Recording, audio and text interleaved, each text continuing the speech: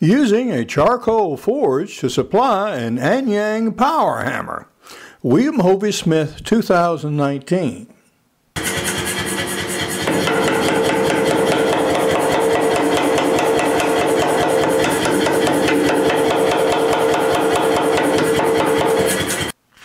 I am the owner of a knife company, Hovey's Knives of China, and I am also an author. And among my books is a business book, Create Your Own Job Security, where I suggest that you start your own business anytime, anywhere, at any age when you need some money, and tell you exactly how to do that. Now, my newest work in progress is a novel, Father of the Grooms, and it takes place in Sicily. And it concerns the marriage of two gals to two guys. And one of the characters in the novel is Luigi. And Luigi is an enforcer for the mafia. And he is getting a little old now. But during his professional career as an enforcer, he became very enamored with historic knives. And hence, I'm going to make some knives for him. And he is involved in this coming wedding because one of the brides is a granddaughter of his, and the other is a niece, both of which he has raised since childhood. This is Hovey Smith, the Backyard Sportsman. And we're about to do some forging with my homemade forge here using charcoal. And there's several unusual things about what I'm going to be doing. First off, that I'm forging with charcoal. Secondly, this is a homemade forge. And thirdly, it's portable. I can roll it around. And I want to show you the details of how I have it set up and the equipment I'm going to be using. It's 2 a.m. and I'm doing this at such an hour so I can better see the heat of the metal. I've just installed an Anyang Power Hammer.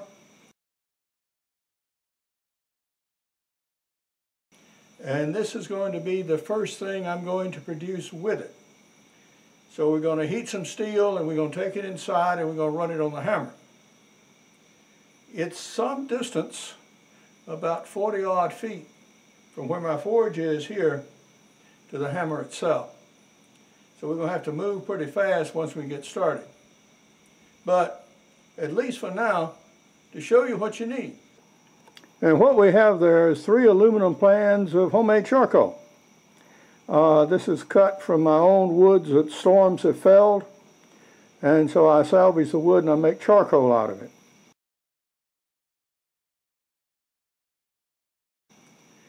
What's in the dog food bag are small wood cuttings, pieces of bark and other dried stuff that's easily ignitable, and that's what I actually use to start the fire.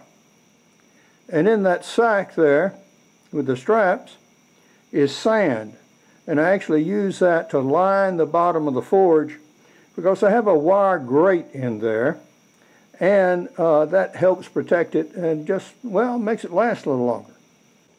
Now for the forge itself, the top of it is an automobile rim.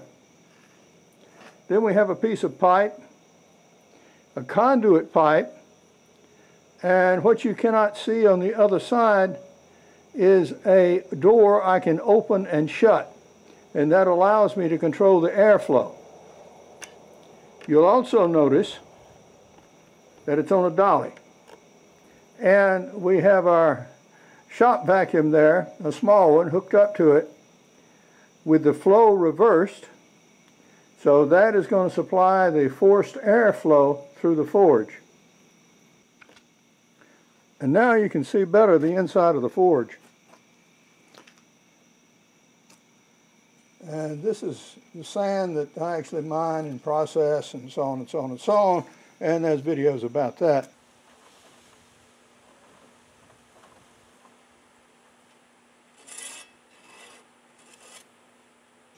Put a little piece of paper down there, load it up with a handful sort of dried wood chips all around.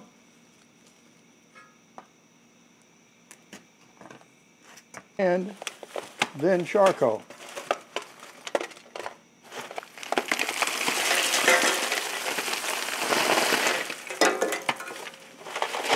Okay. And we proceed to light.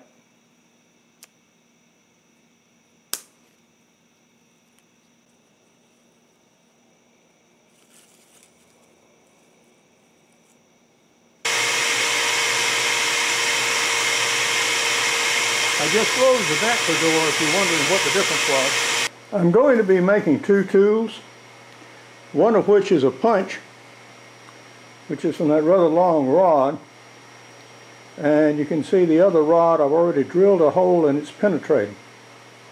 So what I'm going to do is actually flatten this end here, lap it over and forge weld it to the main shaft here. Then on this shaft, bend the handle. This way I can use it in the hardy hole of an anvil. On my railroad spike there, I'm going to use that to make a cutoff blade for use under the power hammer, and that'll actually be the first piece I'll do.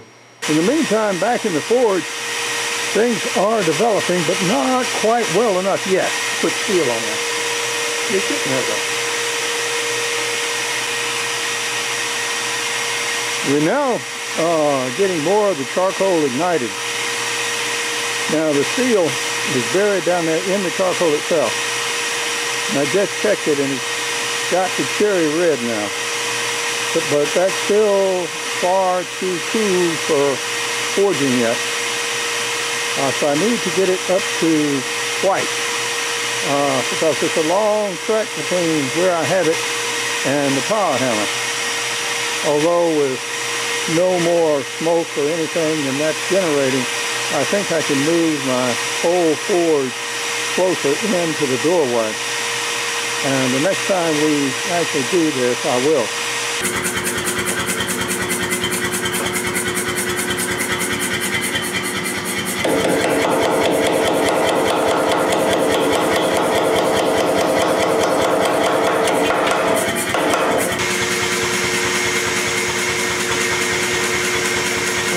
Presented with much choice other than bring it inside the top itself. The handling time is just too long between taking it out of the fire and putting it under the hammer. The steel will just shoot off too fast. So we'll see what we can do here.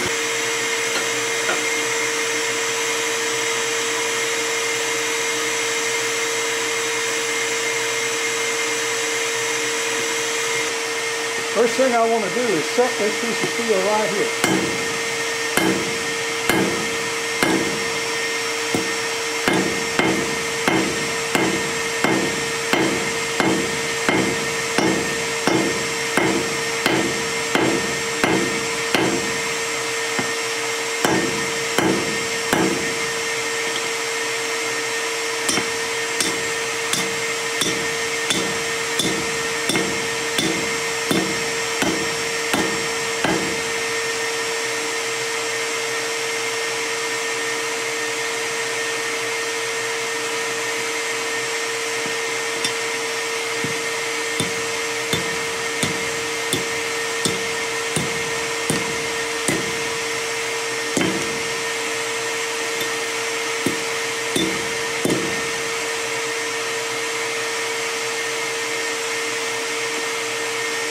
Yep. Now that's doing something like I want it to do.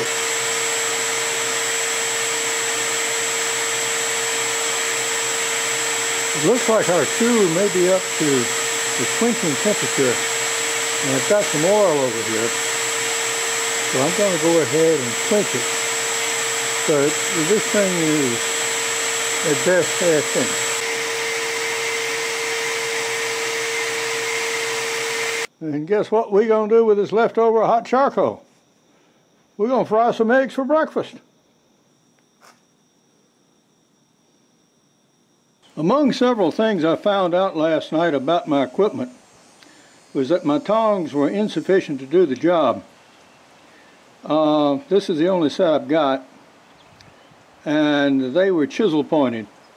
And I've actually made them more nearly flat pointed now.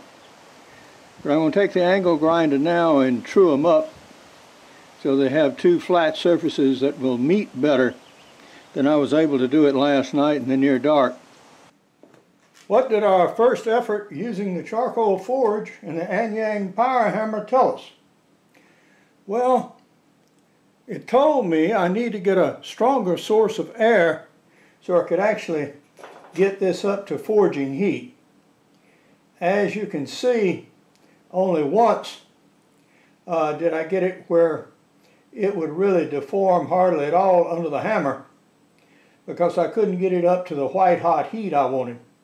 I never got it past beyond a red, even after moving the forge into the shop to limit the dwell time.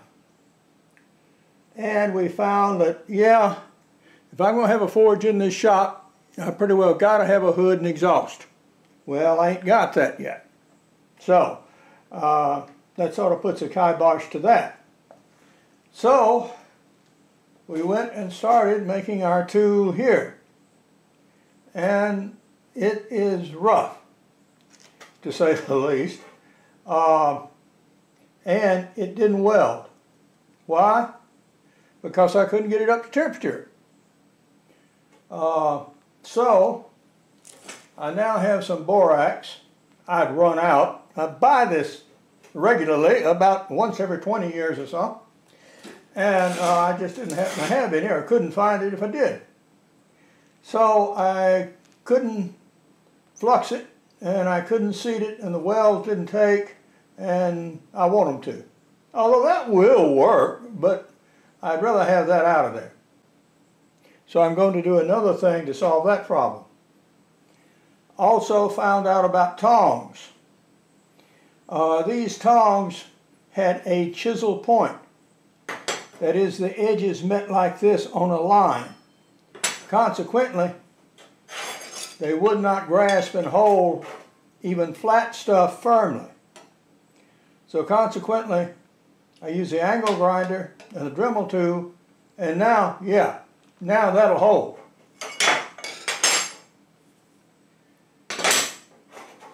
What to do now? I do have a means of generating heat, and that's this furnace here I use for tempering. And so we're going to fire it up, and we're going to put our little tool in there. And then all I have to do is turn around and put it in the power hammer. So we're going to try that approach and see if we can get it to work.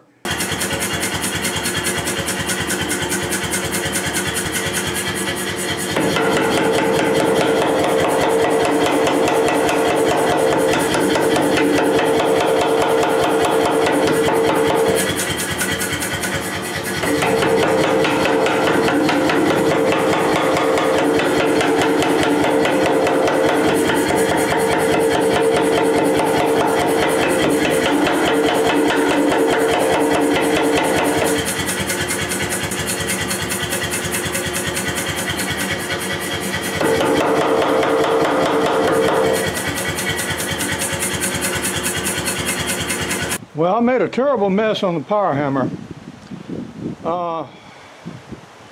as you will see shortly. And so we're going to try to straighten it out here on the forge. The problem is this is daylight now, and I can't really see the heat very well. But I think we may be just about there.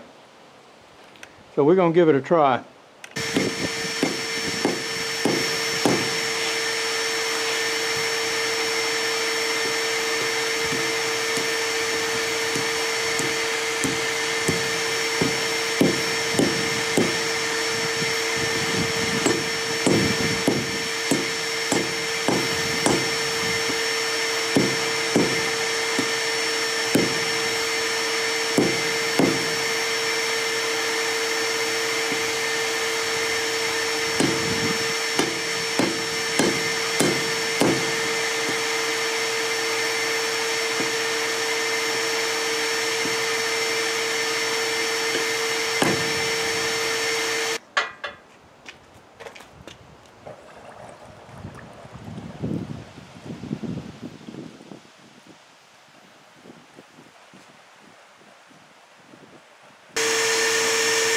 got the knife hilt in the middle of the flame, and we're going to let it get good and hot.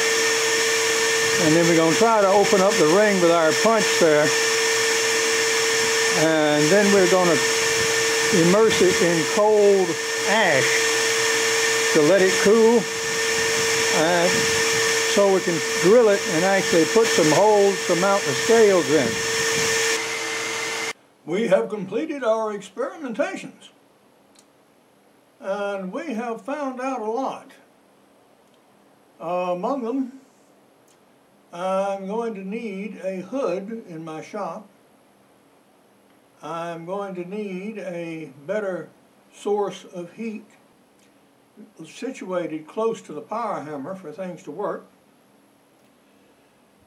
This anvil I'm using is from Harbor Freight. It's 75 pounds. It's very ill-designed. There is a reason they have a rounded horn on anvils instead of one that's flat like this. And that is so you can round things and bend them. And this doesn't have that. Our tool that we have made is probably an example of the ugliest blacksmithing tool ever. But it did what it was supposed to do.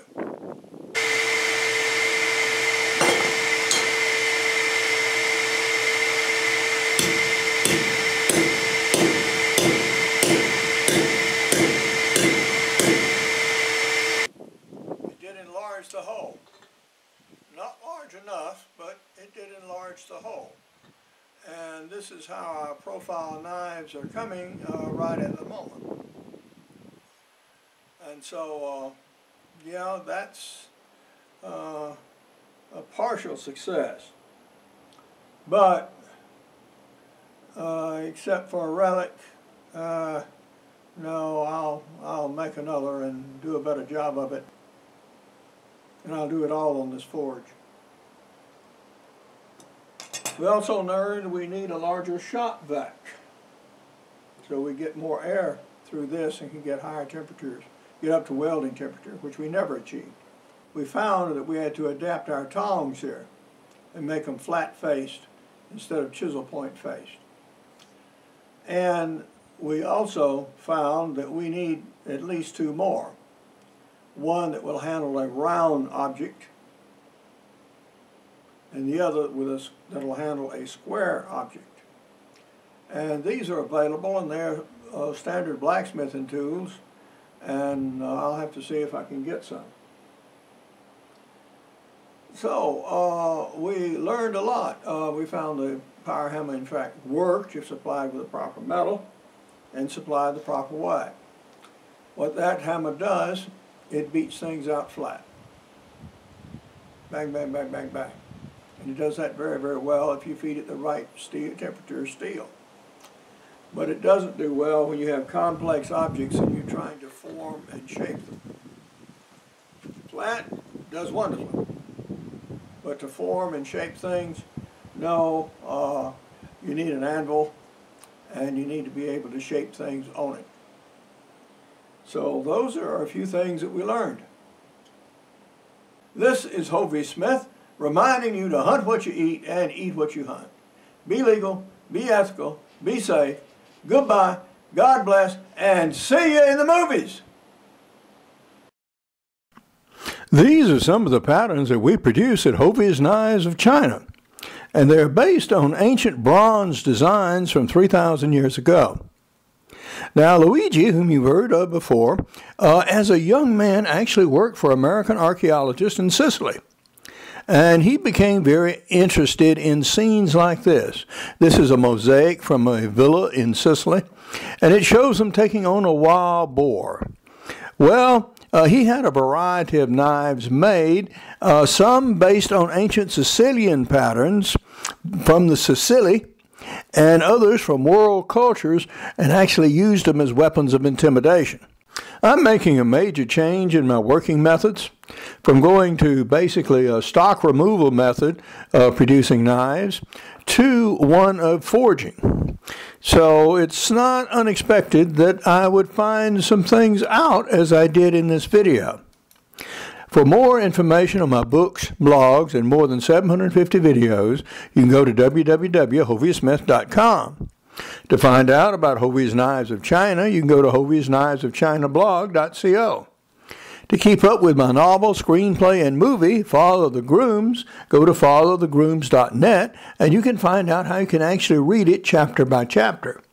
Good hunting and good eating from the outdoors. Goodbye, and God bless. See you in the movies.